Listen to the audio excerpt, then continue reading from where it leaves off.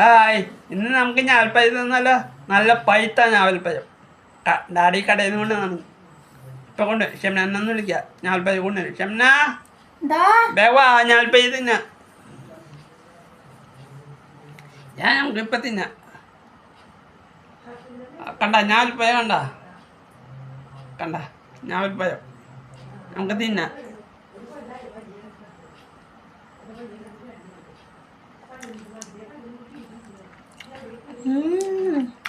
നല്ല വന്നിട്ടും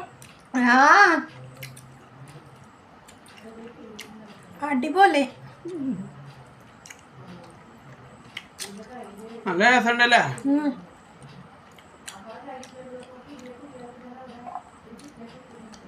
ഒന്നുകൊണ്ട് തിന്നാലും മതിയാവില്ല. അതെ,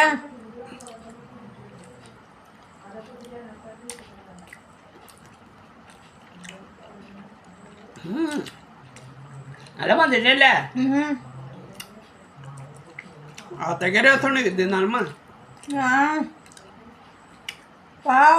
അടിപൊളിയല്ല കണ്ടോ? നല്ല മതി. കണ്ടാ ഞാൻ തീരാറായി. ഞാൻ തിന്ന് തീർക്കാണ്. ആൾപ്പഴം ഇത്രയ്ക്കും നല്ല മധുര. എന്നാ പഴിക്കുമ്പോൾ നല്ല മധുരമാണ്.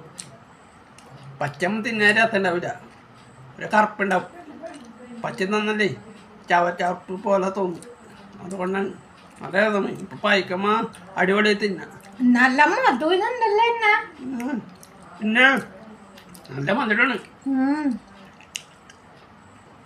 തിന്നാലും മതിയാവില്ല.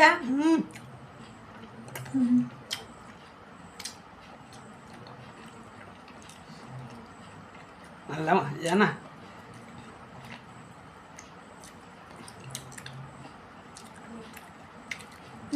കണ്ട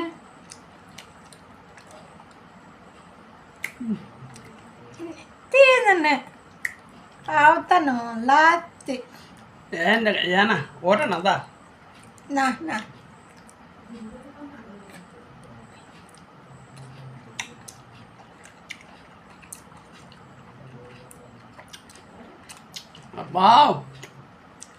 അടിപൊളി സൂപ്പറല്ലേ.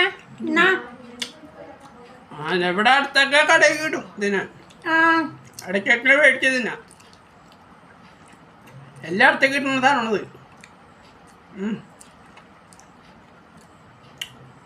എന്താ പറയാ, എന്തിനകത്തോണ്ട് തിന്നാൻ മതിയാവില്ല. നല്ല മധുരണ്ട്.